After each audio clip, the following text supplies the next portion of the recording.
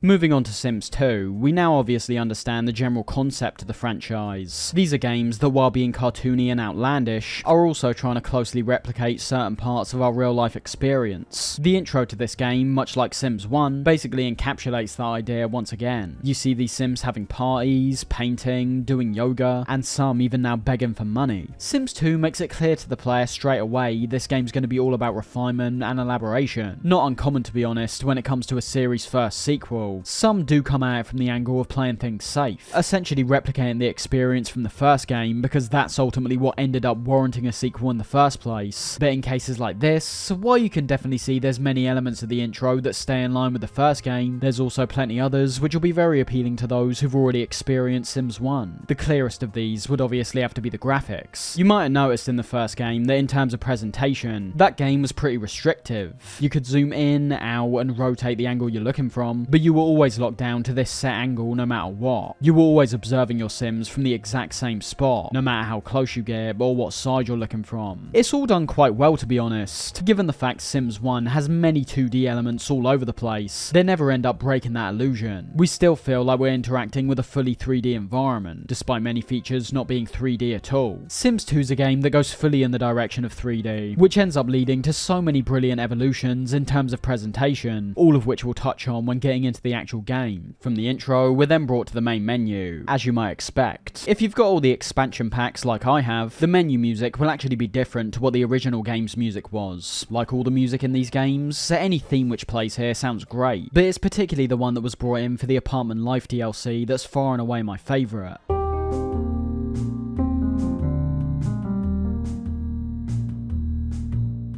It's just got such a smooth, calming feel to it that makes me excited to jump in straight away. This theme's almost a direct counter to the more bombastic intro we saw a second ago, but in some ways, I feel like it reflects more appropriately what a large amount of players will be searching for in this game. And that, of course, isn't the goofy, wacky antics that are still present, but instead, the more zen-like experience of crafting your creations. As opposed to Sims 1, however, that put us straight into our neighbourhood, we're now brought to yet another menu screen with several different ones to select. And this ain't the same case that we saw last time, where it's the same layout with different buildings. Sims 2 now features 3 distinct neighbourhoods to inhabit right from the off, and also 3 additional ones we end up receiving via the expansion packs. This fits directly with what I was saying earlier about how the surrounding environments could be very important towards what someone creates. Looking at a place like Strangetown, you can immediately see where a gap's being filled in from Sims 1. As I mentioned before, you might have genuinely had some players in the first game who wanted to create some kind of rickety shack that would fit right into a desert environment like this. But as our surroundings were always based in that real typical suburbia, it's hard to make something like that fit in. Doesn't mean you couldn't still try create it, it just meant there could be somewhat of a disconnect between what you want to achieve versus what the game allows you to achieve. Strangetown's one of the neighbourhoods that comes in the base game, with the other 2 being Pleasant View and Veronaville. Pleasant View giving us the same kind of suburban areas we're used to from the first game, but Veronaville taking the form of a more spaced out countryside type environment. Whereas the first 2 are most definitely areas you relate to real world countries like America, Veronaville resembles something a lot closer to the countrysides of England, and that idea of expanding outside the American-based settings is something that only gets more intense with each new release. So much so, we even end up getting certain real-world locations in some future games' DLCs, something that admittedly I find quite bizarre, to be honest, but we'll talk about that later. It's a great start though, giving the experience more variety, each individual neighbourhood more personality, which all reflects nicely for the player stepping in for the first time. For someone like me, who despite being familiar with each game, in no way claims to have played them endlessly throughout my life, it's once again quite an overwhelming, but also great feeling to experience. From Sims 2 onwards, each game ends up providing so much for the player to experience, so many neighbourhoods to live and build houses in, and ironically, I feel that's something which ties directly into the moods of each player, and how they might change upon returning to each game. One day you might have more interest in these open green fields, the next you might want something more industrial. Replayability is one of the key factors in all these games, and as we know, it all stems from the amount of variation in pretty much every department. These different neighbourhoods only add to that mentality even more, and they're a feature that I think are excellent for all modes, both in terms of building and exploring. When selecting one of these, we're brought straight into the neighbourhood itself, now getting some really nice intros that showcase the neighbourhood overall, which in turn reflects the many different improvements Sims 2 provides immediately. There's several things I appreciate about these ones compared to the static ones we saw in the first game. First would obviously be the more detailed and less static nature of it. All the buildings can now be seen in a far greater deal of clarity. We've now got many bright green icons that hover above these buildings, letting us know details like which ones are for sale, which ones are lived in by other Sims, and in the case of the Apartment Life DLC, which buildings can have multiple different Sims living in them at once. It feels great to be able to move freely around these neighbourhoods now. It lets us really take everything in, which is something that's only reinforced even more from this much closer angle we're observing everything from. And while there were definitely some dynamic features to Simville, the difference here is pretty massive. Look at a place like Belladonna Cove, for example. When looking around this place, you'll notice when observing the areas outside the lots, the world's made to feel so much more alive with the simplest of details. Certain examples will be things like the cars we can see driving around the neighbourhood,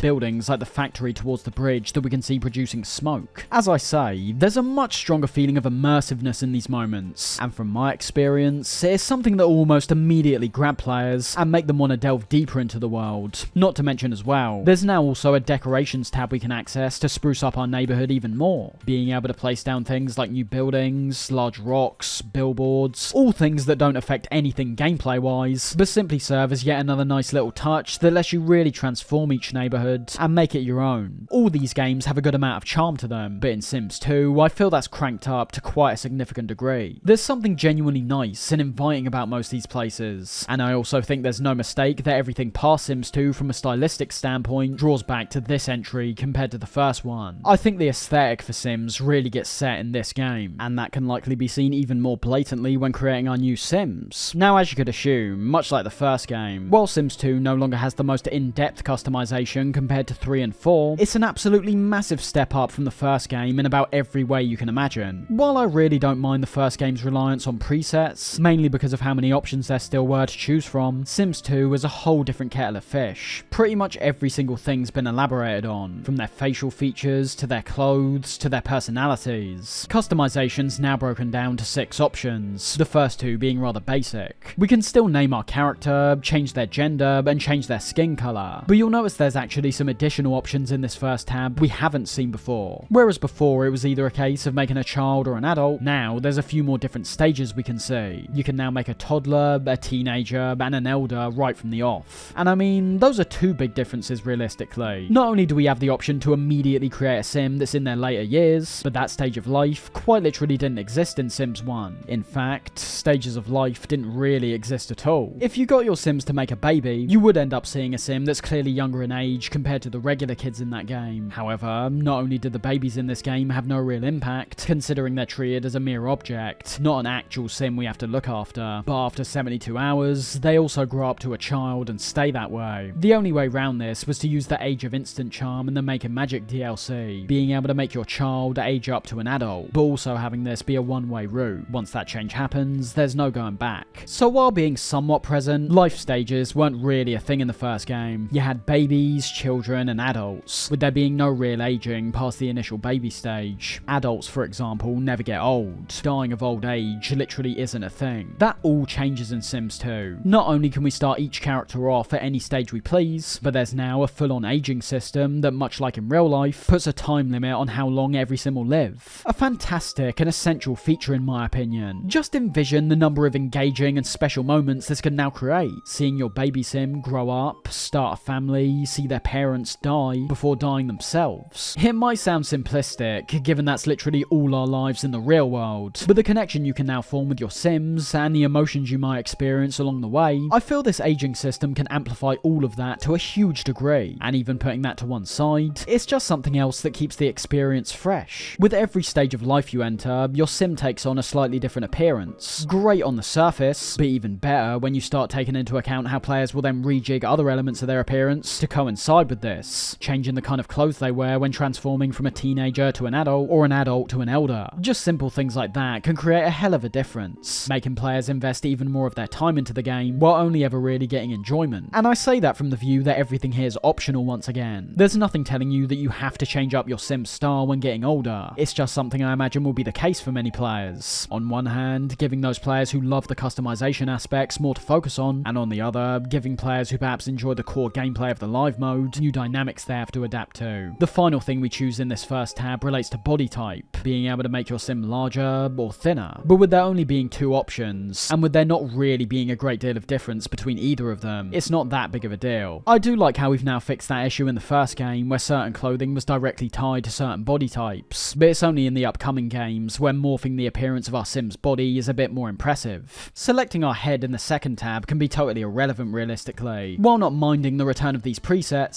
simply going to the next tab reveals what will be a far more appealing option to most players, with that being a great deal of customization to essentially every aspect of your sim's head. You start with things like hairstyles, where you can select from a wide range of options that both center on hair itself, but also accessories that can be applied to the head as well. So for example, whereas someone might select a fairly ordinary short back and sides, someone else might go more wacky and choose a medieval helmet, or have their sim always wearing a Santa hat. In Sims 2, there's no separation here. Customization's been expanded to a huge degree, and that shouldn't be underestimated, but there are still certain limitations. The amount of hairstyles, fantastic, with that going for all the ones we see when it comes to customizing a male or female sim, and also ones we see depending on what age we choose. From teens upwards, their hair choices are pretty much identical, with the only big difference coming from how elders automatically have grey hair. Kids though are entirely unique. You can see, despite having a smaller selection to choose from, they're different to what the older sims offer. Now with that being said, the accessories I talk about, and the actual colours we can choose for the hair, these are a bit more binary. Just to use one example, you can see the hairstyle here which has our sim wearing a headband. There's no way to both keep that headband while having a different hairstyle outside the dreadlocks. Same goes for ones like the Santa hat. You either choose to have this hat along with a style of hair at the back, or you don't choose it at all. And that's fine really. I don't really look at it as an issue at all. I'm simply highlighting it now as something to keep in mind for the later games, because as you might assume, these things do eventually end up getting even more segmented, thus allowing for even more fine-tailored customization for each sim you create. One thing I was slightly confused by though was the number of hair colours here, only having 4 to choose from: black, brown, blonde and red.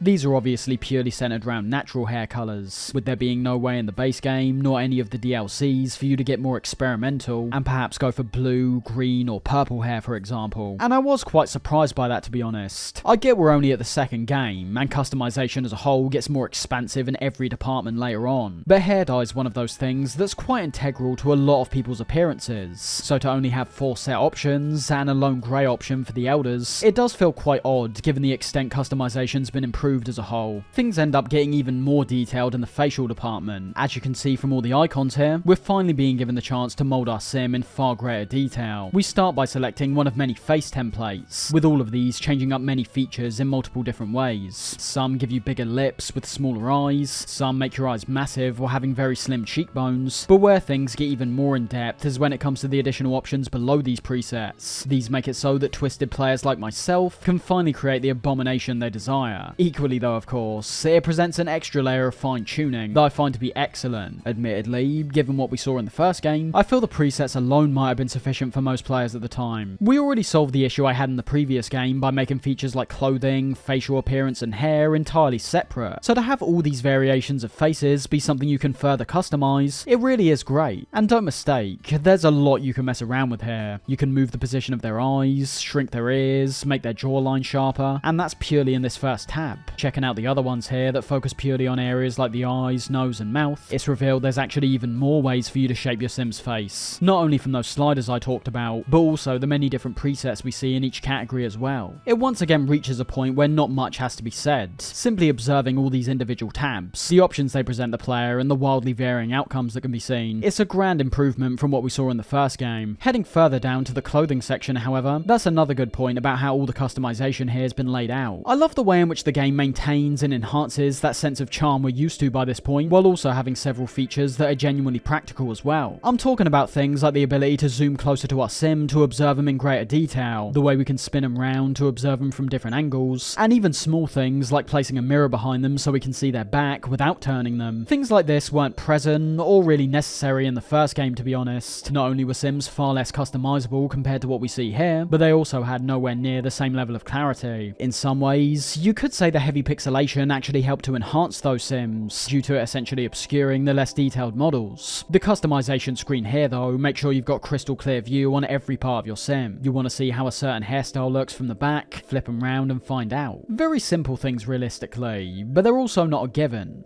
As for the clothing, things have once again been expanded to a massive degree. With all the DLC packs installed, you've got a ton of choices here. The standout difference this time comes back to the segmentation of all these elements. We already talked about things like how your body type's no longer tied to the clothes you're wearing, and if you remember, I also wasn't a fan of how restrictive the presets could be. If you want a certain shirt but don't like the trousers, you've got to put up with it or move on. By segmenting these two elements now, you're not only giving the player even more freedom when it comes to creating the exact style they want for their sim, but as a result of that, you're also broadening the number of outcomes in terms of how each player's sim will appear. A very important aspect in multiple regards. Individuality is something that I feel is very core to the Sims games, and by giving players these wide amount of options to customize their character, it ensures that 1, their sims have a much smaller chance of appearing like someone else's creation, which makes their creation feel significantly more personalized and unique, and 2, it gives those same players the opportunity to go in a completely different direction when creating a new one from scratch. That not only applying to the clothes we put on, but also aspects like the facial options we discussed as well, obviously. Outside that, I find giving my own interpretations on the clothing items themselves to once again be fairly meaningless. The extent to which I comment on them ties back to more objective qualities, like how much variety there is, and how detailed each of the items are. And in that department, I've got no complaints whatsoever. The chance to now mix and match is my favourite element, and as you've been seeing this whole time, there's a hell of a lot of combinations to witness. The range of styles when it comes to shirts and trousers is great. You've got polo shirts, jumpers and vests, jeans, shorts and joggers, and along with the mix and match aspect, you can also see how pretty much all of these options have some kind of alternate version. Sometimes it's simple, having the same kind of shirt for example come in a few different colours, but you can also see in some of the other items here, you've got ones that despite still being the same type of clothing, feature entirely different designs on them. These jackets for example, while having the exact same models, are all totally different colours and have different things featured on them. One being cream and having some phrase in the middle, one having several colours while being presented in brand new patterns, and the other being grey with a red O on it. So that's how deep we're already getting with the clothing options. Everything we talked about is already a huge evolution from the first game, but now we can see that on top of that, there's now variety even when it comes down to each individual style of clothing you like. You don't like that grey version of a certain shirt, chances are there's another colour you might like a lot more. All really great stuff, but it doesn't end there. You'll also notice there's one final tab just below the other two options that has a whole range of full body options. This is basically the exact same as Sims 1, featuring numerous outfits that while taken away from the mix and match elements still look great. For a reason that I'm not entirely sure about to be honest, I'm pretty sure these have no crossover between the other clothing items we see, which is quite odd to be honest. While there are some more outlandish outfits, you've also got ones that are fairly standard. It doesn't make sense to me, outside of some kind of tech restriction, why there's clothing here that's locked down to full body, but not part of the individual sections. It's not a huge issue, and as I say, I feel like it possibly ties into a technical drawback that I'm just not aware of. But given how good some of these look, it's odd to essentially find ourselves in the same position as last time, where I can imagine certain players liking the look of 90% of an outfit, but just wanting some different shoes or different jeans, with us still not being able to modify those elements in this case. Finally, you would have also seen during this time the icons below the everyday outfit we're customizing. Unlike Sims 1, which only allowed you to create one single outfit, Sims 2 now expands that by having you choose outfits for several different occasions. Now this did still happen in the first game. When you got into bed, you put on pajamas. When you went swimming, you got on your speedos. It's just the fact you had no control over these elements. They happened automatically. Unlike the everyday outfit, the customization with these are solely restricted to full body options. But in saying that, all the outfits we see in each individual tab are also entirely separate to what we see in the everyday section. So we're actually getting to see even more new clothing options. As you could assume from the names of these sections, featuring ones like formal, athletic, and swimwear, these all get automatically applied to you when you're in these situations, just like last time. So while the function's still ultimately identical, it's nice to at least have some say over what our character wears at these points now. To be honest, for a series that's always been heavily focused on personal customization, it was a bit odd those kinds of options were taken out of our hands in the first game, with me liking how these outfits look, and very much thinking they fit in line with each separate category entry, it's yet another great improvement. Not perfect, or the most fleshed out it could possibly be at this point, but a big step in the right direction. In games like this, absolute freedom is the be and end all for me, something which Sims 3 and 4 heavily step into for the most part. So while it's great to have these outfits for these individual occasions be segmented and actually customizable this time, the next steps are pretty obvious. The only way this could realistically be improved to give the player the max amount of freedom is to apply the same mentality we see with the everyday outfit to everything here. Don't allow us to simply choose from set outfits that look sporty. Let us mix and match these clothing items too. And in relation to that as well, while I think it's a good idea to segment these outfits to only be used at certain occasions, I don't think that should impact what we're allowed to wear. For example, the PJs tab is filled with options you'd exactly expect: vests, robes, and bottoms. But we'll eventually see that when you really let the player off the leash, while retaining the idea of these occasion-based outfits, you essentially reach the apex of what the clothing system can be, giving players the choice of wearing quite literally whatever they want, while keeping that automated sense of variety when their clothes get swapped out. It's something that of course gives players more freedom of choice, the most important quality in my opinion, but in my eyes, it also fits perfectly with the quirky charm of Sims overall. There's been so many times I've gotten laughs out of games like Sims 3 and 4, solely because of what I make them wear at certain times. Having a Sim dress up in a full-on suit when just going to bed, or having them wear gigantic boots when going out for a jog. And a lot of that enjoyment not only stems from what I'm actually seeing on screen, but it's also a funny reflection on what I've done to these characters. I'll be honest, there's very few games that can actually get a genuine laugh from me, but Sims always seems to succeed at that. Because of how the customization's laid out, and how we're now seeing it evolve with this second entry, there's so many hilarious ways you can morph your Sim. From my personal perspective, that inherently brings me enjoyment. It forms an immediate connection between me and the game by giving me a physical reaction of laughter and joy. And while I'm sure others feel that same way, the customization options are so broad, you'll find others connecting with the game from a different standpoint. Not laughing at the freaks you create like me, but creating something you actually find to be appealing or cool. That's very key in my opinion, to any kind of media experience. Once you've got a reaction out of someone, a reaction that's strong enough to essentially be uncontrollable, as I say, something like a laugh for example, I feel that's such an important step towards keeping someone engaged, not only at the time of playing, but also when they choose to come back to play again. So that's about it for the customization this time. Expanded, refined, easy to use, excellent. Even when it comes to real basic things like the UI and the way all our options are laid out, I think it's all put together so well. The UI particularly is something I enjoy, having everything be shown off in such a clear and effective manner. Trust me, when looking at some of the later games, you'll be amazed at how elements like this can be needlessly convoluted,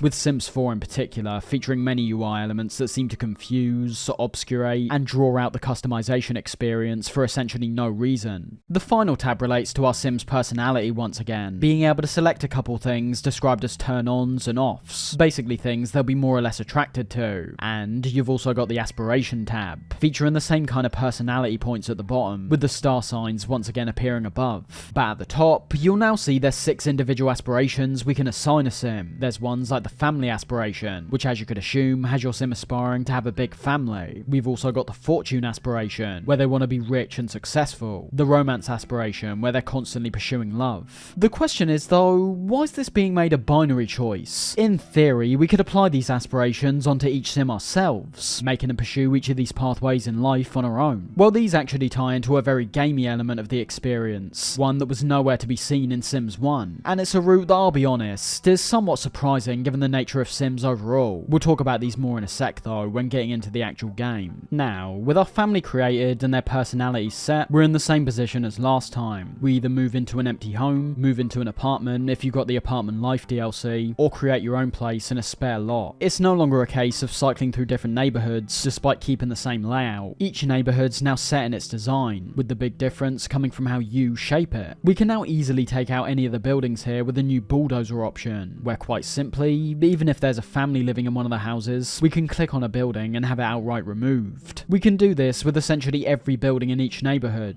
allowing us as much space as we want to get creative in the build mode. Not to mention as well, it simply ends up giving the neighbourhood a different look. If you want your Sim's house to have a feeling of status and notoriety perhaps, you could wipe out each house on a block and make yours the only one there. There's once again some decent presets, many of which vary in style too, but I love that we're being handed the additional freedom in such an efficient manner. If we have the ambition to go straight to building compared to interacting with our Sim, it's easier than ever to pursue that route. Not to mention, money plays no factor in that department now. When building a brand new place, you're not held back by anything. You give yourself a set area to work with beforehand, and from there, you can literally put in every single item, wallpaper, and number of stories that you want. As I say, fantastic for those who want to dive straight into the building and truly shape their neighborhood in their image. But the side effect of that is that all those costs now factor into the house price, so you can ultimately create the most lavish house possible, but without cheats, your sim won't be able to move into it straight away. Still kind of great though when you think about it. You very well could start off creating this dream house, and from that point, have your sim work their way up until they can finally purchase it. A perfect representation of the self-imposed goal model all these games thrive off. Just like last time, however, let's put our focus first on what could be described as the average experience for most players, that being to create your character and move them straight into any pre-built place you can. We start off pretty much the exact same as last time, getting another nice intro piece that zooms into our new home, before then letting us loose to see what our sims are up to. The general concept and execution of the live mode is something else that essentially follows on from the first game. There's more to do and experience in Sims 2 obviously, but in terms of core fundamentals, it's still a case of looking after each sim's needs, making sure they've got income to pay for things, and balancing that out with certain experiences that you yourself will want to witness. The idea of holidays and nights out, for example, were back in full force, so while you could realistically reserve yourself to home life and keep your sim's needs fully under control, your own curiosity will more than likely end up taking you in other directions quite frequently. I'd say one of the first huge improvements we get to experience in a gameplay sense is the brand new camera system, this feeding perfectly into the new fully 3D environments, allowing the player to zoom in way closer than before and getting rid of that set angle we talked about entirely. The camera's now about as free as you can imagine. There are some restrictions that oddly carry across to every other game past this point, like the fact we essentially have no real way to look directly up to the sky, but in general, it's yet another great improvement from what we saw previously. Don't underestimate, compared to most other games, the need for an effective camera system is core to making these games a satisfying experience. Due to us always taking on the role of this godlike figure, it makes sense why we never take on a more conventional first or third person angle, and that's exactly how I'd always want it, to be honest. You put us in the shoes of our sims too much, and you ultimately end up taken away from that unique and fairly surreal aspect of these games. You would end up becoming your sim in this virtual world, whereas I always prefer the approach of the camera being our outside view looking into this world. All the improvements to the camera should be fairly obvious though, and they all mainly stem back to how it's now far more dynamic. Compared to a locked angle, we're now able to observe the environment from pretty much every angle possible. You can look from a high angle like before, you can zoom closer and observe things on the same level as your sims. Basically, any kind of moments in the previous game where you weren't able to get clarity on certain details, that's no longer an issue. We can now get right up close to pretty much anything and observe it from any angle we want. Something we also definitely shouldn't ignore in that department is how these functions are carried out. Although you can use keys like WASD to move about, essentially everything here can be done fully with your mouse. You can rotate and tilt the camera with the middle mouse button, move the camera about with the right click, and of course perform actions with the left. Very simple on the surface, but also very intuitive. And ultimately, the fact we can now get so close to everything does so much to engage me into each scenario even more. While we're definitely still in the realm of this ethereal being observing and controlling from a distance, the fact we can now get right up close only enhances that even more to me. It adds to that bizarre, almost guilty feeling I've always had with these games at points, where not only can we control these guys to do things that might not ultimately benefit them, but we also witness their most intimate moments time and time again. The fact we can now get right up close during these kind of moments now, whether it be them having a shower, going to the toilet, or even when things get spicy in the bedroom, it almost feels wrong. We shouldn't really be looking, but we can't help but look. So even more layers to the great camera system here, featuring wild improvements technically, but also when it comes to the game's overall style. Talking of these elements, however, I also feel it's important to highlight certain features in the gameplay that work great in terms of functionality and presentation. These all tie back to the HUD in one way or another, a feature that I find to be drastically more detailed compared to Sims 1, while not being too overwhelming either. There is a lot here, so it could feel that way to begin with. Many kinds of meters, icons, status bars, but once you understand what all of them do, it shouldn't be an issue at all. You've got all the same kind of features we saw before, tabs relating to our job, our needs, our relationships, but the biggest changes come from what we see beside those. You've now got a whole tab relating to those aspirations we talked about, showing our wants and fears, with the red and green colours effectively highlighting what to pursue and what to avoid. These are randomised every single day, and relate to whatever aspiration you picked. So for example, if you choose the popularity aspiration, most of your wants will end up relating to social situations, whether it be calling someone up, up, throwing a party, or even just going out and about. Naturally, your fears reflect the exact opposite. If your Sim's aim is to be popular, the last thing they want is to end up as someone's enemy. Every time you achieve either of these, you'll end up gaining or losing aspiration points, with these being able to be saved up and invested to gain unique rewards, ones that can only be achieved via this system. And some of these can be genuinely quite game-changing. Take the Elixir of Life for example, the most expensive aspiration reward. Buying this will give you access to an item that can actually prolong the life of your Sims, so long as your aspiration bar's gold, meaning that you've been taking the time to achieve many of your Sims once. Drinking this will extend your life by 3 days, and with this being able to be used up to 5 times, you can literally come back from the brink of death if you're an elder for example. Same goes for all the other life stages though. If you want to stay as an adult for a longer period of time, drink this and you'll get exactly that. The only exceptions when the aspiration bar's below gold, where an opposite effect can actually be achieved where your age gets increased by 3 days. So that's just one example of what pursuing these aspirations can achieve. But there is also some other stuff we can experience that's directly tied to these. For example, if you don't pursue these daily aspirations whatsoever, you'll find the aspiration bar will get lower and lower until it hits the bottom, and upon this happening, a shrink will show up to get your Sim out of their slump. That's a good go. That's a brewin'. That's a brewin'.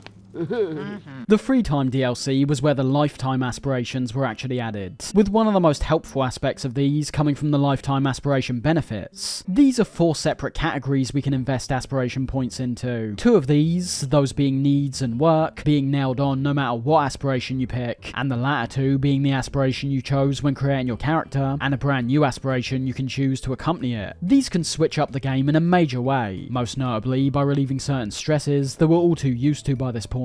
Looking at the needs category for example, investing points in any of these makes looking after your Sim quite a bit easier, having each level make 1 or 2 of your needs decay at a slower rate, basically meaning that whereas before you may have found your Sim constantly exhausted, that now becomes more manageable when having energy go down at a slower rate. Much of this can take away from the fairly stressful management aspect that was pretty core to the experience of the first game, but I'm up in the air as to if that's particularly a bad thing. There's a part of me that actually really appreciates the more intense nature of the first game. I'd say every other game in the series doesn't even really come close to what we see in that one. In certain playthroughs, there may very well be times where it feels like you're almost trapped in a cycle of torment, trying to up your Sim's fun need, but having their hunger suffer as a result, then trying to increase their hunger need, but having their bladder and hygiene suffering. There was a genuine sense that if you aren't staying on top of this, your Sim's life will gradually start falling apart, leaving you no time to do certain things that you may prefer to be doing. As I say, that's great in terms of the management side of the game, and I have to assume that mentality was followed more heavily with the first one, considering what came prior to it. The gameplay of Sims 1 can oftentimes appear like the same kind of forward-thinking management of a game like SimCity, but it seems that between the time of Sims 1 and 2, there's definitely been a priority shift to a degree that ends up giving the Sims a far more unique identity. These kinds of aspiration benefits are a direct reflection of that. Not only did I find managing my Sims' needs much easier compared to last time, but the fact these can be made even easier says it all really. We're witnessing a shift that's putting less priority on the management side and more focus on the outright experiential side.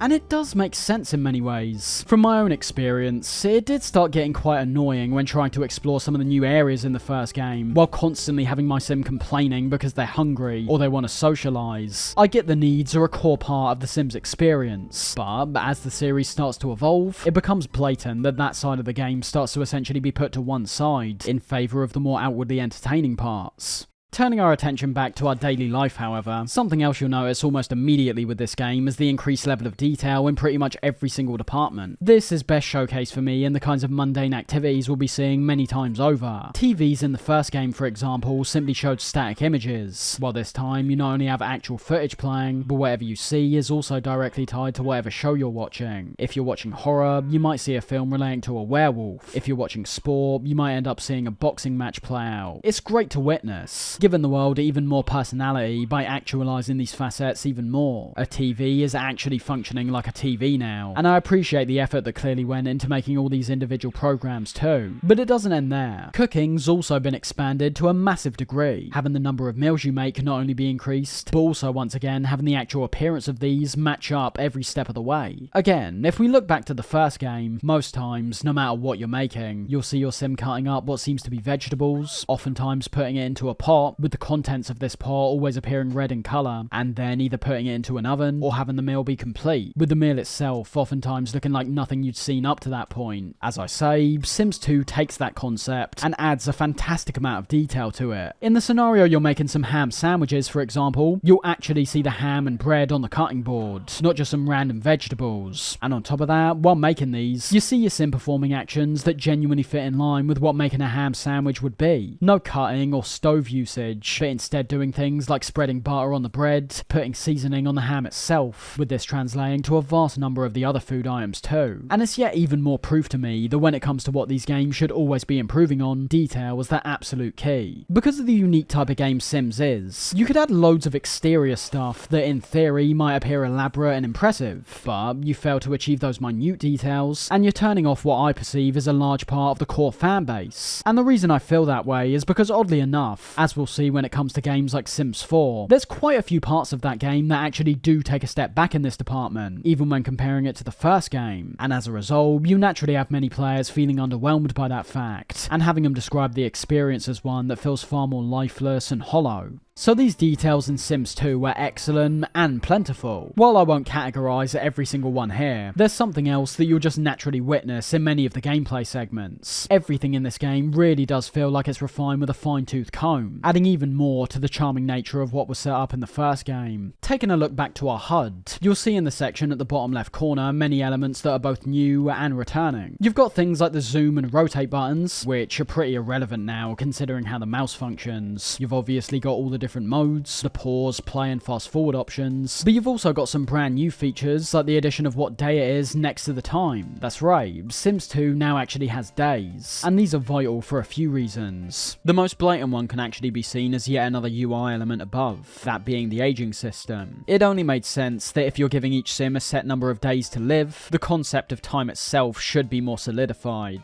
as opposed to the first game where it just went from day to night without any real concept of what day or month that actually was.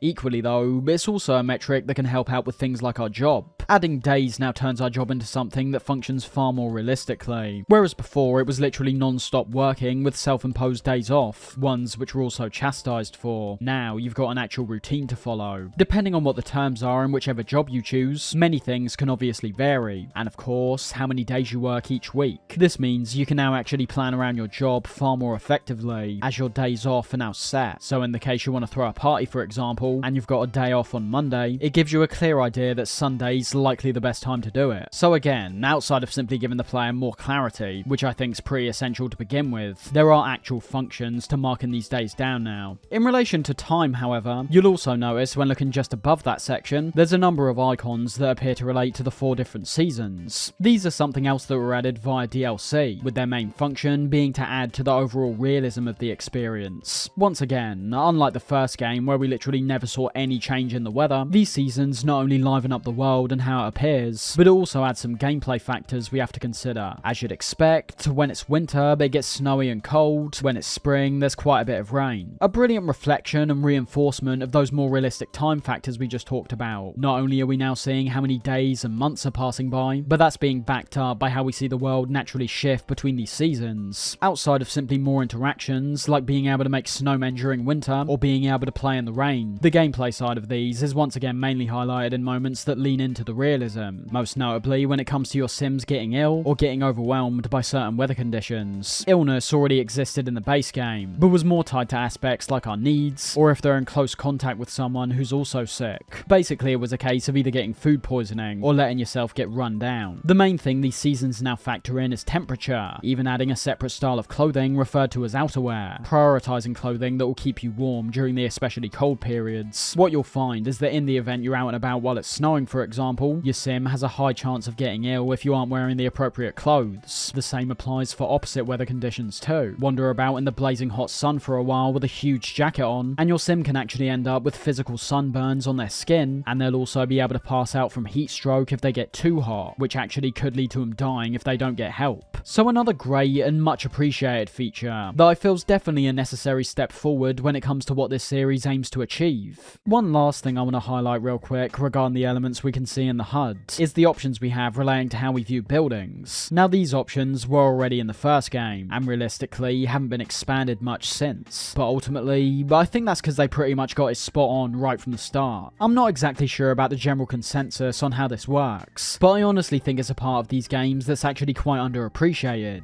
primarily because of how natural and intuitive it is. What I'm referring to is both the floor and wall options, the first allowing us to easily transition between any number of floors in a building, and the second giving a few options that allows us to view that building and the sims contained inside in a few different ways. Now the floor function's one that's pretty expected, as we've not got our focus solely locked on our sim, and in fact need to frequently turn our attention elsewhere so we can guide them in a different direction. Switching between floors helps us more easily achieve that. Not to mention, the reason it's important is that it keeps the presentation clear as possible. You're never dealing with multiple levels all being shown to you at once, as that can not only be overwhelming, but also quite confusing. You'll notice even when going back to Sims 1, when you move up a level, the one below can no longer be seen. Outside of certain windows on the outside that may reveal certain parts, all the attention gets moved to the upper layer, and that carries across to pretty much every game. You'll always see that when moving between different layers, the one above or below will literally disappear until you go back to it. Good for clarity, but also gameplay as well. When you're building or interacting with things on a different level, there's no real risk of potentially getting confused and sending your sim to something elsewhere. Even more impressive to me though was the wall system in these games. There was a clear understanding early on that as these games have such a heavy focus on building houses and decorating them with all kinds of items and appliances, clarity was once again key. If these mechanics felt annoying, finicky and unclear, it would end up preventing players from continuing or coming back in the future, and I think the walls play a massive factor in that. They take heavily into account the view players are observing from, especially in Sims 1 obviously. Pretty much every build you can imagine will start off with you setting up walls and creating rooms, and inherently, once you start doing that, you might assume things start getting more obscured straight away. If you look at a building in a game like GTA for example, you haven't really got a great idea of what it's like on the inside. The exterior is mainly what you're working off. What Sims cleverly introduces though is 3 different options that allow you to view your house in 3 unique ways. First, to be when all the walls are up, a mode that I assume would mainly be used for when you merely want to observe your home and perhaps appreciate the work you've put in. Reason being is that in most cases, due to all the walls being up, you're going to have a very hard time getting your sims to do anything inside the house. If you want them to get food for example when you've got no way of seeing the fridge, you literally can't. That's where the other modes come in, those being the wall cutaway and walls down options. Cutaway somewhere in between, and is the mode I assume most players use. This makes it so that as you turn the camera and focus on different parts of the house, the walls in that part of it disappear. The way this works, going all the way back to Sims 1, has always felt incredibly natural to me, not only in terms of style, but also functionality. It means that while you're not getting the full view of your home from the outside, you're being allowed to see everything on the inside clearly, while still retaining the many walls that make up each building, which is important. Things like wallpapers and paint jobs you can apply on the inside and out can be vital towards how you want your home to appear. You take down the walls entirely, and you don't get to experience that. So as I say, the best middle ground for me, letting you see everything on the inside, allowing us to do all the actions we need to, while still letting you appreciate factors that would have otherwise obscured everything. But of course, if you aren't bothered by that side of things, and just want everything to be as clear as it can be, you can also choose to remove the walls entirely. Definitely the best option when it comes to clarity, but as I say, there are things you're missing out on that you might ultimately appreciate.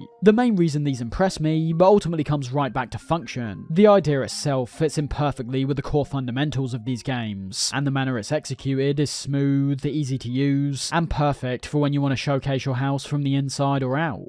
When it comes to the actions our sims do each day, a minor improvement, which is actually quite major when you boil it down, is how fluid these now feel compared to last time. In Sims 1, despite still being functional obviously, there were so many times where my sim would just take so long to do something. If they're sitting on a chair for example when I want them to go make some food, it was fairly common for me to be left waiting for a while, just watching them sit before they eventually got up. That's just one example, but as I say, there were enough situations like this which I experienced to where it actually started becoming somewhat of a problem. It's something that I saw cropping up more and more the longer I played, my sims feeling quite unresponsive and slow to act. And while on the surface, you could try reframe that to make it seem like it fits with our role in the game, being a figure of mere influence compared to outright control. Even if that was the case, which I don't think it would be, responsiveness in terms of mechanics pretty much comes over everything for me. If the intention was to show we're merely influencing these sims by having them react to our commands more slowly, that's just annoying to me. And as I say, me, but I don't imagine that's really what's going on. Either way, Sims 2 definitely improves that side in my opinion. That responsiveness I mentioned is exactly how I'd want it. If I tell them to get up and go take a bath, they'll set about doing that pretty much immediately. Bearing in mind the importance of time in these games, it's not merely something that feels better to experience, it can also be vital when it comes to how exactly we'll go about managing our sim throughout each day. If we're wasting time literally waiting for them to carry out basic functions, it takes away from the other more interesting activities we could otherwise be spending time on. So that's another definite positive I experienced in this game. Talking of things like preparing food, however, that's something else you may have seen's been expanded. Despite featuring a fairly decent range of food items in the first game, much of those were actually in the category referred to as snacks. You could always get a snack from your fridge, with that snack always being a packet of crisps no matter what. Quite literally every other snack in the game can only be eaten when going out to certain areas, with the only exceptions being chocolate, which other sims can give you as a gift, and pizza that can get delivered. Where things got a bit more underwhelming was in relation to our cooking though, as it turns out that every single meal we make solely depends on what appliances and counters we've got. For example, in the event we've got no stove, no counter, and merely a fridge, your sim will pull out a can of beans and eat that. In the scenario you've got somewhere to make the meal, but have got no cooking appliance, you'll make a salad. And finally, if you've got both those things, you'll end up making steak and beans. I should mention there were certain exceptions to this rule. You could buy things like a barbecue to make hamburgers, and in the Making Magic DLC, you could also get a brick oven to bake things like bread, pies, and cakes. But in regards to the options in our fridge, which no question will be the most common way players go and get food, they're still pretty limited. But my biggest issue in this case was the lack of variety, and a pretty needless one at that. You can see from the long list of food items in the first game, there genuinely was quite a wide degree of things to choose. But as I say, it's just the fact these were locked off to certain areas, which meant you weren't able to get them in your own home. Even worse for me though, is that upon getting everything you need to make the steak and beans meal, that's literally all your sims will make from there on in. You have these meals categorized as breakfast, lunch and dinner, depending on what time you're making the meals, but it literally doesn't matter. It will be steak and beans regardless. And that alone could really impact the cooking aspect for many players. What's the point of investing time to get good at cooking when there's no satisfying reward at the end of it? You might not burn your house down as much, but outside that, you're making the exact same thing all the time. Sims 2 luckily steps away from that, using those 3 stages of breakfast, lunch and dinner to their full potential by not only having these options provide different individual meals, but also having various meals you can make as well. No more steak and beans, but instead for breakfast you might want some cereal, for dinner you might want mac and cheese. Things start getting a lot more complex when you start peeling back even more layers, however. Even though initially it'll seem like there's not a great deal of options once again, that's due to a number of reasons starting off. Now in saying that, even these opening options are more broad compared to what we saw before, so that's already great. We actually have a number of options when it comes to what we eat during each time of day. However, by doing things like improving our cooking skill, getting new appliances, and searching out new recipes via books or the internet, we end up being able to attain far more recipes than we may have thought. Just look at the amount of options we can eventually end up with. Anything from pork chops to pancakes to chili con carne. And as you would have guessed, all these meals are given models that actually reflect the food items too. Far more options, all of which can now be made at any time of day with the make option that's now featured.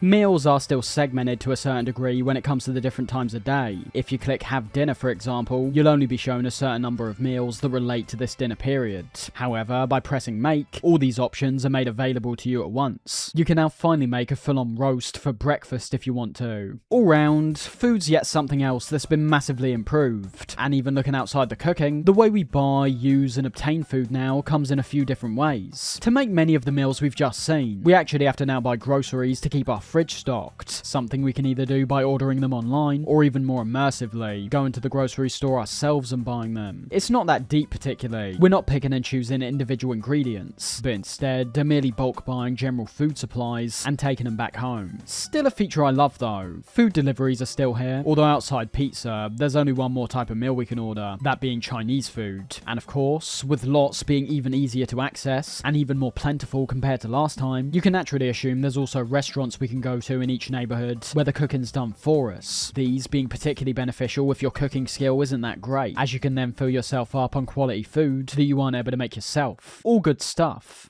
Taking a look back to the build and buy modes, quite like I touched on when discussing the customization of our sim, the core idea of these is pretty much unchanged. When entering these modes, we once again immediately go into the pause state, being given as much time as we need to browse, place and build anything we want, so long as we can afford it. In regards to the obvious stuff, just take it as a given from this point, unless I say otherwise, that everything's been expanded. In every category you can imagine, there's more to see, more to experience, and more to purchase. And I mean that in terms of the more standard areas, with there being more chairs, tables, and beds to buy, but also when it comes to more unique items we didn't see in the previous game. Things like treadmills, skating rinks, and even vehicles, many of which can be interacted with to oftentimes create charming and goofy reactions. When browsing through everything here, you can even see with many of these items, there's several different versions right beside each other. Take some of the counters for example. There's quite a few here that have the exact same model, while switching up things like the number of drawers there are, some having several pull-out drawers,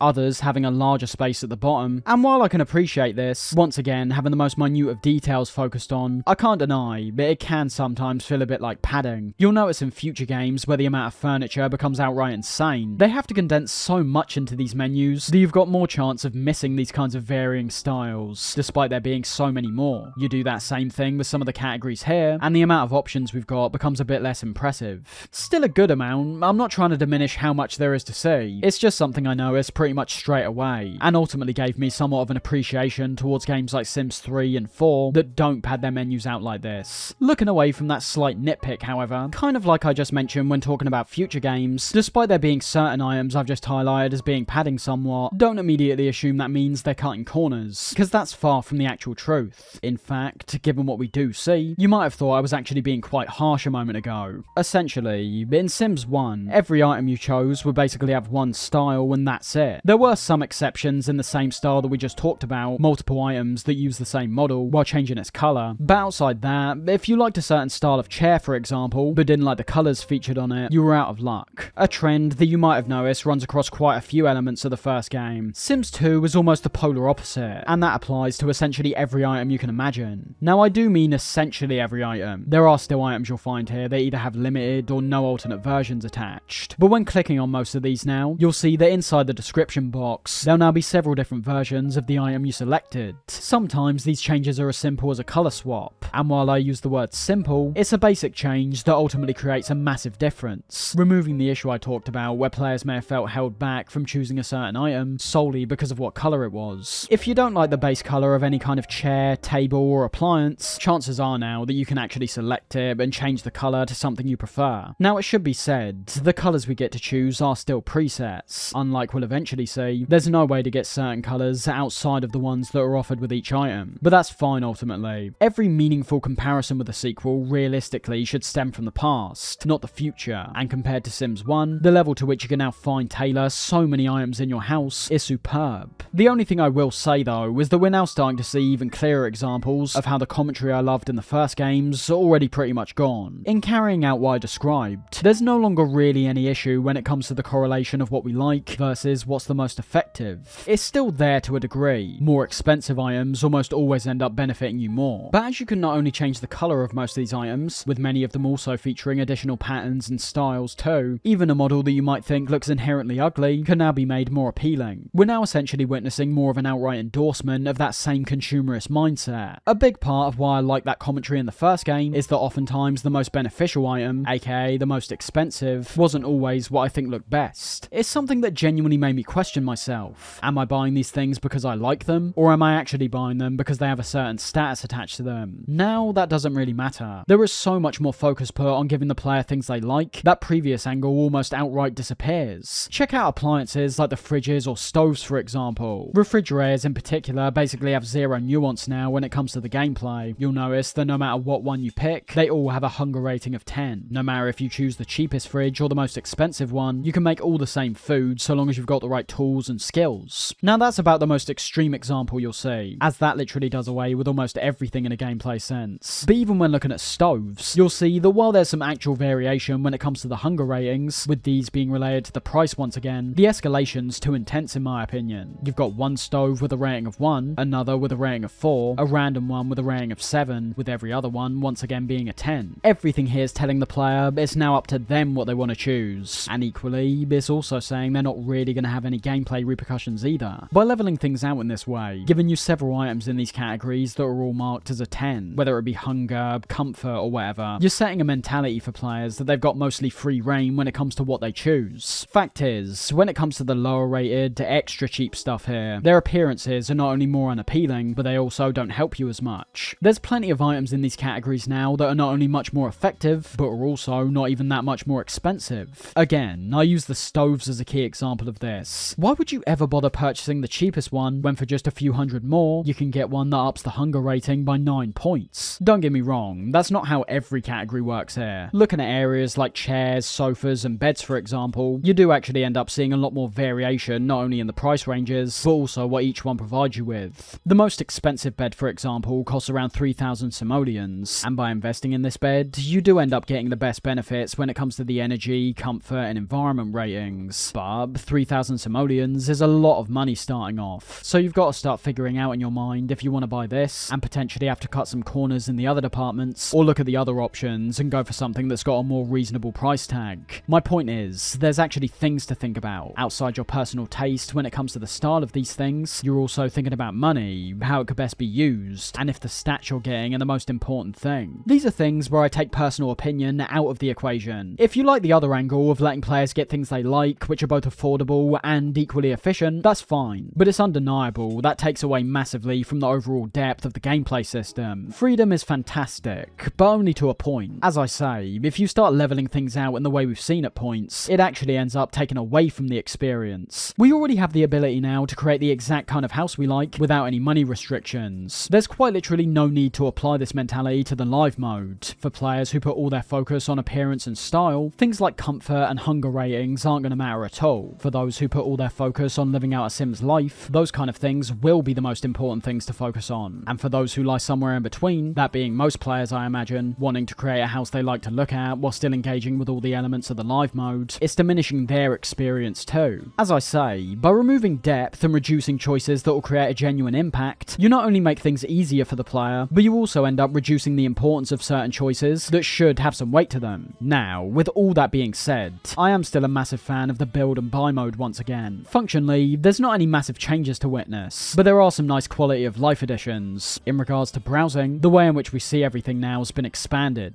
while also becoming easier to navigate as well. Everything's still laid out via the icons. If you want some kind of chair or bed, you click on the chair icon in the first menu that's labelled comfort. That part's pretty much identical, with the only real improvement coming from the addition of even more icons that relate to certain groups. For example, if you want to put a vehicle in your lot, it's not a case of searching through a miscellaneous tab like before. Vehicles are still part of that category, but upon pressing it, you'll immediately see a car icon present itself, letting you know exactly where to look. Something else I really enjoy about the buy menu was when it comes to the option we see below the default one. Whereas the one we just saw was all based on categorizing items into each of their separate types, the second way we can browse relates to the type of rooms that can be found in your standard house, with this also being a feature that returns from Sims 1. And we're talking about a genuine filter, not just a restriction on certain categories. If we look at the living room tab, recreational items and decorations for example are part of this living room filter, but only certain ones. Whereas you've got things like bookshelves and paintings for example, you aren't shown any items like weights or wardrobes, because you wouldn't expect something like that to be in a living room. Now, you might turn around and say, when do you expect to find a darts board or a pool table in a living room? But of course, we need to think on a wider scale. Your interpretation of what a living room might be entirely different to what one might be like on a far grander or more lavish scale. This applies to pretty much every type of room you can imagine. The bathroom, bedroom, kitchen, and overall, I'm very happy with this option. Despite enjoying the aspect of browsing through all the items, sometimes you just want to find something a bit more easily. Maybe because you're running short on time and just want to get everything done faster, or maybe because you're genuinely searching for something in particular and can't find it. This can be helpful in numerous aspects, and it ties back to how we're once again only seeing a filter, not an outright restriction. Say you're searching for a certain type of light or sink to fit in your bathroom. You'll notice when comparing these categories to what we see when looking at the kitchen tab, the types of lights and sinks and the amount we're being shown varies depending on what room we're working on. Now obviously, if you don't care for that kind of restrictiveness and want to place whatever light you want in the bathroom, you can still very much do that. But with the number of items being expanded to such an extent, I think these sorts of categories become even more important. Even at Sims 2, we have basically reached a point where the sheer number of options could be very overwhelming to certain players, so curating the options they see depending on what sort of room they're working on is a a great choice to negate that factor. And as I say, even in the case you're someone who wants everything to be shown to them at once, if your mind gravitates to a certain kind of item that you just can't seem to find, chances are that if you head to what room it fits best in, you'll end up finding it much easier. Outside that, the layout's pretty much the same, being able to see all the items in their individual boxes and rows, while also having them expand and be described when highlighting them. Clear to see, easy to use, and the only real thing we're missing at this point is a direct search bar to immediately find certain items, but that's something we do eventually end up seeing in the future, obviously. Looking just to the left of all this stuff though, you'll also find a handful of other options that can help you out in the buy and build modes. Some are things we've already seen. The hand tool, for example, is mainly used when picking up and moving certain items, something we're very much used to from the first game. But then you've got other brand new ones that can be really helpful. Take the eyedropper tool. This now gives us the ability to highlight any kind of object, floor, wallpaper, and even trees and plants to immediately have them selected for us to use. A brilliant tool that I found myself using very frequently, due to it completely cutting out any kind of browsing process and having us be given the item we're looking for straight away. You've also got ones like the sledgehammer, allowing you to remove almost anything on your lot with a mere click or drag. There's a day-night option that lets you view your house at different times of day, a design tool that allows you to update the colour and style of certain items in your house without having to buy them all over again, and one of the best by far, an undo and redo option, where in the event you do something like waste your money on something damn expensive, you can actually undo that without any consequence. You end up accidentally removing something you like, you don't have to search for it in the buy menu, you can bring it back with a single undo. All of these tools simply help in making the build and buy experience as smooth as it can be. Outside the hand tool, there's nothing you'd say was absolutely 100% essential, but it's in situations like that where I actually end up showing even more appreciation towards certain features, ones that despite not needing to be there to ensure everything works effectively, still make the experience significantly better. One thing I referred to earlier on is how this game actually expands massively on the features outside the home life, and we can see that in relation to areas that can be travelled to inside our neighbourhood, but also when it comes to expansions like Bon Voyage, we return to the idea of vacations in a much more elaborate and fleshed out way compared to before, in my opinion. In terms of our neighbourhood, the way in which we head to each lot isn't too different to what we saw before. It's either a case of calling up a taxi, in which you then select where you want to go, or with the brand new vehicles we can now buy, we can hop inside one of them and drive there ourselves. Additionally though, with the release of packs like Apartment Life and Bon Voyage once again, we can also merely press our sim to get an option where they walk to a lot, and when looking around the environment, if there's any lots we're able to access in the surrounding area, we can make them walk to that lot even easier. Visiting places around our neighbourhood now becomes significantly more interesting and immersive when observing where we can go, what we can interact with, and what storylines we can uncover. On a basic level, we can go to areas in our neighbourhood, as I say, not in the more external, DLC related areas that we saw in the first game, to witness and achieve numerous things. The neighbourhood we've mainly been on is called Belladonna Cove, and you can see by looking at the number of lots we can travel to, and the variety of functions they have, it's definitely that immersive side I mentioned that's getting heavily reinforced now. There is a good deal of crossover with some of these, but that's to be expected somewhat from not only a variety standpoint, having several types of location to keep areas like parks and stores fresh, but it's also good from a realism standpoint too ultimately. I'd say it's pretty rare for any neighbourhood that appears and is set up like this to have one park. You'd get it with a place like Strangetown, and that actually is the case. There's not a lot of crossover between lots, and not a huge amount of variety, because the whole point is for that neighbourhood to appear like some far out small community in the middle of nowhere. Like I talked about when touching on the different neighbourhoods, the ones we see in this game all have a very set identity, and we now see how that not only applies purely to how they appear, but also to what each one offers you in the lot department. If you want to live in Strangetown, you have to be comfortable with the fact you won't be able to have immediate access to things like parks, arcades, or gyms, because everything in that town's pared down to the absolute basics. You've got one clothing store, one tech store, and in witnessing that, we can see how well that much more pared down approach really helps in giving Strangetown a genuine identity, and as I say, one that has actual substance, and isn't purely based on how the environment looks. In terms of Belladonna Cove, this place resembles somewhere very similar to Simville from the first game, and as a result, the lots we're able to visit also reflect that. Several variations of Central Park we're able to enter, coffee shops, gyms, arcades, different types of stores. Everything you can imagine would find itself in a town that's reasonably sized. Now outside immersion, which I do still think is the most important part, the function of all these can very much relate to other key elements of this game that have deep real-world roots, and that's how much money we've got. In theory, if we save up enough, we can literally buy everything these places offer and put them in our own home. However, if you're you're playing the game without cheating your way to that money, you're likely trying to use that money wisely, which means not investing in a brand new home gym set. Therefore, offering players the chance to go work out at the gym is both practical and immersive. It's perfect. With those two elements covered, it's exactly what I want this system to be. Because as you can also see, due to how all the systems we're already familiar with combine when visiting these places, compared to being stripped out, those function and immersion elements just get even better. As I say, if we look to a place like a gym or grocery store for example, visiting here may not necessarily be all about the main function of the individual lot. Just because you're going to a gym doesn't mean everything you're doing has to be focused around working out. You might actually visit for an entirely different reason, as I oftentimes found myself doing when staying out and about without going home. Gyms, for example, were one of the few places outside that have showers, so if your hygiene's running low, you could head to a gym and then keep travelling about. Equally, you can also see in a gym like this one, there's a small coffee shop nearby, where we can buy a coffee to keep our energy up, once again meaning we can spend more time exploring. And when it comes to the number of different sims we see here, that's something that gets carried across to most of these places to truly brilliant effect. Not only from the social standpoint alone, giving us a much easier time finding sims to interact with compared to phoning them up and inviting them over, but also in how it once again fleshes out the neighbourhood.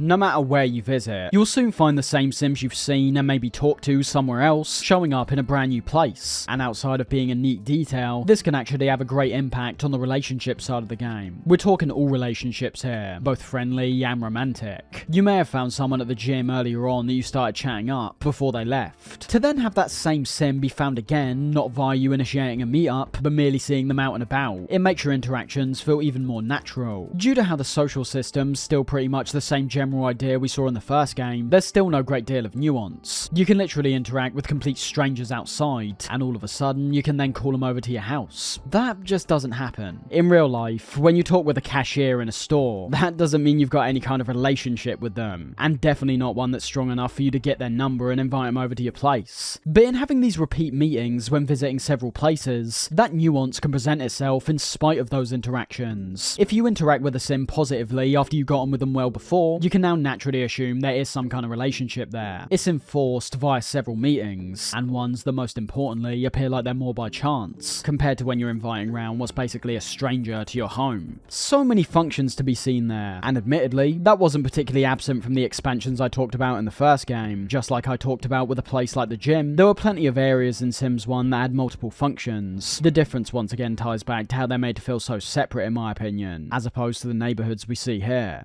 We put a lot of focus on a place like a gym, for example, but when looking at other places, immersion is once again the key thing that I really enjoyed about these. Going to the local grocery store to stock up on food, going to an art gallery and looking at all the different pieces, going to a tech shop and buying a copy of Sport to play, with there also being other EA games to purchase. As I say, for someone who usually plays games with quite an objective mindset, wanting to pursue certain goals that give a genuine and noticeable sense of progression, I just didn't feel that urge in so much of my time exploring these places.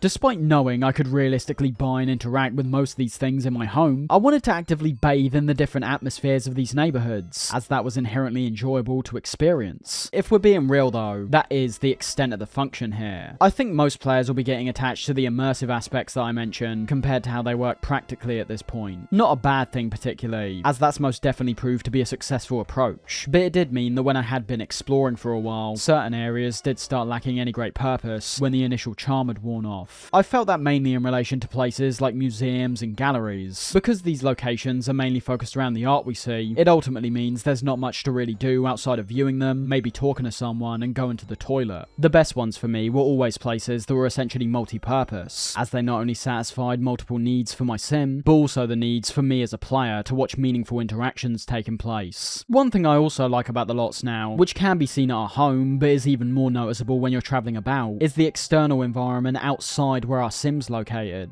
Whereas before it was literally a case of being able to see our home and only our home, now we can rotate the camera around and see the actual neighbourhood reflected exactly as it was before. A nice touch, and one that Sims 3 ends up expanding on in yet another natural next step for the series. As we mentioned earlier, however, aside from simply being nice to see, it's also got a fairly decent function as well. No matter where you go, there'll always be a loading screen when transitioning between lots. It doesn't matter if you're going to a place that's directly next to where you are. You've always got to either drive, walk, or use a taxi to get there. In letting us actually see our surroundings, however, this means we can actually skip the menu screen where we select where to go and just have our sim go straight to a nearby building that we select. Not a massive change, don't get me wrong, but a good function to include when expanding out the environment in this way. I'll say once more, it shouldn't be underestimated how important this is in giving your neighbourhood a genuine personality. In Simville, where everything felt so segmented, you never really got the feeling of being part of a genuine town. Sims 2 most definitely fixes that issue for me, in every way you can imagine. You can see your neighbours' houses, you can see nearby establishments, and you can even see all the decorations you place down yourself as well. Great stuff.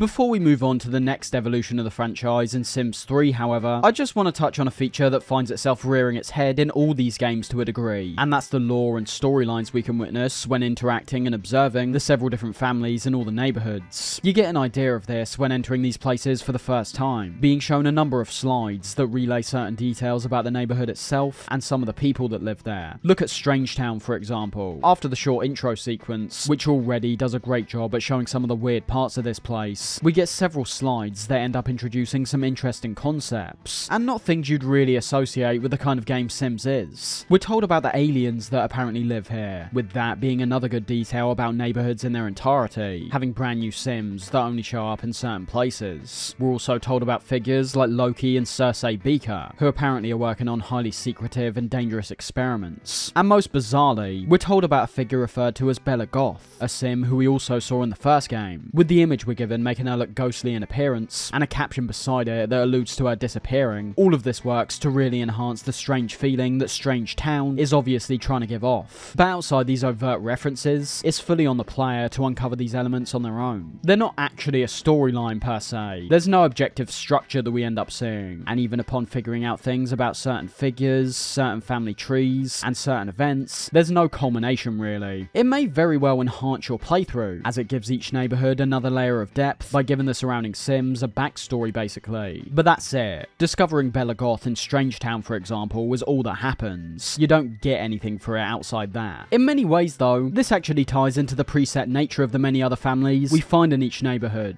The storylines will interest certain players regardless, but it also gives context to these various families we could choose to play with over one of our own creations. For example, you've got the likes of the Broke family in Pleasant View, setting you up with the knowledge that upon Brandy Broke's husband dying, the family's been left with little to no money. My perception of ones like this is mainly based around the mindset of challenging yourself when it comes to the core gameplay mechanics. Starting yourself off with a family that's already got 2 kids, one being a teen, the other being a toddler, as well as a mum that's pregnant, that's already much more than I manage when dealing with my own sim. Add on to that, you start off with a measly 930 simoleons, and you're having to really strategize and efficiently manage many different aspects. Really good stuff in my opinion. As I say, while most players will likely still be mostly interested in their own creations, I love how you've also got all these families with their own personal situations going on that in turn will provide a unique experience if you choose to inhabit them. Back to the idea of these storylines though, I imagine many players get really engrossed in these because they revolve around the kind of gossip and drama we experience in our own world too. We already talked about the Broke family, but even more notorious is the Goth family that I mentioned when talking about Bella Goth. Just look at the family trees that people have constructed of families like this. So many different figures stemming back to all kinds of different Sims games. It is pretty crazy to see, especially as someone who's pretty much never paid any attention to this stuff up till now. It's not just about who's involved in this family's roots though, it's about what their backstories are, with the Goths in particular giving off this general feeling of being quite mysterious, dark, and also a very wealthy family. As I say, despite only learning this recently, it makes me fully understand why there's such a big part of the fanbase that obsesses over these kind of families. And I believe the reason for that can be summed up by my own personal experience of not being aware of these things. Once I figured out this kind of stuff was going on, and that each of these families I thought were just random presets had an actual backstory, my interest was immediately piqued. As we know, storytelling can be carried out in numerous different ways. You have your average storytelling where a plot's explicitly shown and carried out directly in front of you. Think of your Call of Duty campaigns or superhero games, for example. It doesn't mean there's no depth, it's just that all the main story beats are dealt with directly in front of you, so you can understand what's going on at all times. Other games do things quite a bit differently though. A game like Dark Souls can have you going through quite literally the entire game without really knowing anything about what's going on. Dialogue can be obscure, cutscenes cutscenes are mainly based around boss fights, not story development, and by going so far in the opposite direction to the first approach, you end up having players get equally or even more invested and search out the stories on their own. In saying that, this can be very risky, but it's high risk, high reward in my opinion. When done right, as Dark Souls definitely did, you can end up with a massive group of people who tout the story and storytelling as masterful. A large part of the reason players love the story is down to the fact it's not directly shown to them. It's got an extra layer to everything that includes the player and their own discovery of certain events, which in many cases has seemed to really enrich a video game's narrative. Sims lies somewhere in the middle, just leaning a bit more towards the obscure side of things in my view. As I say, I've always been aware there's different families in each neighbourhood,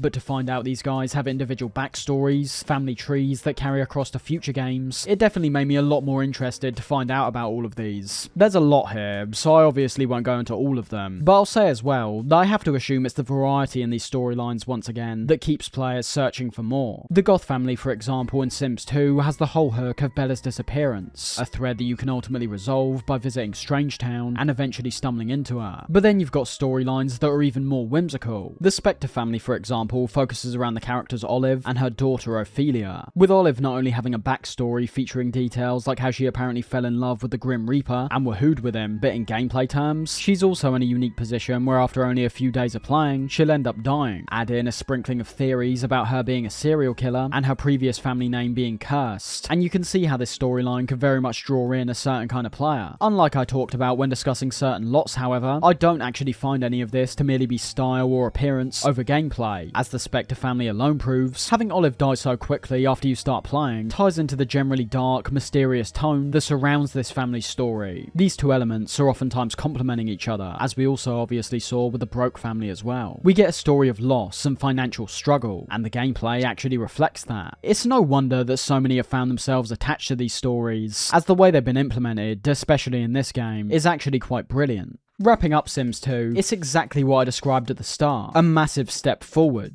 Graphically, it's miles ahead of Sims 1 with its fully 3D environments, and even stylistically, the way Sims games would look from here on out essentially all stem back to the general style of Sims 2. Gameplay-wise, there were some new evolutions when it came down to things like the aspiration system, the wants and fears, and particularly when it came to how the Sims now age, but the core gameplay is ultimately still the same. We're still at a point where the management and building side of the game takes centre stage. However, but as we did start to see in regards to our exploration of the neighbourhoods and districts, there are certain parts of this game that push in a slightly different direction, taking a grand step away from those core fundamentals I talked about, and pushing the player and their sim to go explore areas both around their neighbourhood, and also in some of the more segmented places like the university or downtown locations. And as we're about to see in Sims 3, while those core ideas are still refined and improved upon, much like was the case from Sims 1 to Sims 2, the focus on exploration reaches what at this point is still the apex for the series, and that's the idea of each neighbourhood now taking place in a fully open world. Before we get to Sims 3, however, I did just want to take a brief moment to look at a few standout spin-offs and ports of the Sims games. With the IP being so massive, and being owned by EA, you could only imagine that before relying solely on Sims 4 and its copious amounts of DLC, they were releasing new Sims-related material just about everywhere you can imagine. We're talking about Sims games for your DS, Sims games for your iPod, and Jesus, even Sims games for your BlackBerry. The vast majority of these games don't reflect the actual Sims experience we see on PC. And that's where things get a lot more interesting. Look at a game like Sims 2 Castaway, for example. Despite having the Sims 2 label attached to it, this game doesn't resemble the actual Sims 2 at all. And we're talking not even close. The controls are entirely different, with you now taking full control of your sim. The setup's insanely different, where you find yourself trapped on a lone desert island. As I say, it's about as far as you can get from the actual Sims 2. But it's still interesting to look at pretty much because of that. Seeing a game use the Sims 2 name, while now having a focus on salvaging resources, crafting items, and building yourself shelter from the poor weather conditions we face, it's a different kind of experience entirely. You're getting a Sims game that pretty much retains the same kind of style, and also certain game mechanics like the need system, with just about every other part of the gameplay being completely different from what you might expect. You also had games like The Sims Bustin' Out, which control-wise was a bit more similar to the normal Sims experience, but is different in just about every other department, featuring objectives, a clear-cut storyline, but also a free replay option to get an experience more resemblant to what we usually see. So two ends of the spectrum there really. One game where you're stranded by yourself, and the other being far more in line with the city and town environments we normally see. It does admittedly get even more bizarre from there, however, sometimes in a positive sense, sometimes negative, and sometimes in just an outright weird sense. While I don't think any of these spin-offs really have yielded ginormous amounts of acclaim, I'd definitely say ones like The Sims Medieval ended up generating a good amount of praise from its unique approach. This game came out after Sims 3, and you can see in literally every single part of its design, it's leaning heavily into that well-known medieval style, which as I say, makes it a very unique entry in the series. This was also another game that was heavily revolved around quests. Despite still having the option to do things like build and buy, those elements took much more of a back seat in this game. Even when it came down to our Sims needs, these were not only reduced, but also modified to adhere more to what we do in this game. While you've still got ones like energy and hunger for example, we now also have ones like focus and responsibilities, the latter of which now giving us a need that's directly tied to what role we're playing as. If we're a blacksmith, we have to go make some swords. If we're a monarch, we have to go hold court. It's an interesting experience, and definitely holds some great fun to be had, although, given how it's designed, with there pretty much intentionally being a lot less variation in many aspects, it does also find itself being less replayable compared to the usual Sims games. A spin-off that was received pretty negatively across the board, however, was most definitely one called The Herbs. And let's be honest, when a game's using special appearances from the Black Eyed Peas as an actual draw, it immediately makes you start questioning what the actual quality of the game is. And to put it bluntly, it's not that great. It's unique, I will give it that. It definitely creates the atmosphere of urban city life pretty effectively in regards to most elements of its design, and not to mention, Herbs remains one of the few Sims games that actually adds split screen functionality, allowing you and a friend to create two Sims and play the game at the same time. But much like quite a few of these spin-offs, it's just not what anyone who wants to play a Sims game is really going to be searching for. It's got those bare minimum fundamentals again, but the overall experience just wasn't very appealing to me. A final spin-off I want to mention though was one that stuck in my mind ever since I was a kid, and that's Sims 2 for DS. Even now, I vividly remember playing it only one time when I was young, and in that one short playthrough, for some reason, the feeling of fear is the main thing that stuck with me. Bizarre, considering Sims just isn't a game series where fear's ever really an intended effect, but upon searching up other people's reactions online, and also playing it once again myself, I soon realised I wasn't going insane. Sims 2 for the DS is one of the most strangely unnerving entries in the entire series, and to be honest, given that it's genuinely a game that stuck in my mind for years, despite only playing it one time, I'd definitely say it unsettled me more than many other horror games I've played. When giving it another shot though, I pretty much knew within a few seconds why it freaked me out so much, as upon creating our character and getting into the game, we're hit with this really weird atmosphere immediately, talking to some creepy figure called Jebediah, who gives out these unnerving dialogue sounds. And then when you start looking around the town, there's several things you can notice that will start adding to that unnerving feeling. Much like a place like Strangetown, we're in the middle of nowhere, but this time it really feels that way. The buildings we see in this tiny town is all there is, and given the community of Sims we meet here, it's not somewhere that's all that inviting either. And while the audio in the back is mainly filled with this chilled out music, turn it off and you'll hear the ambience is about as hollow and stark as you can get.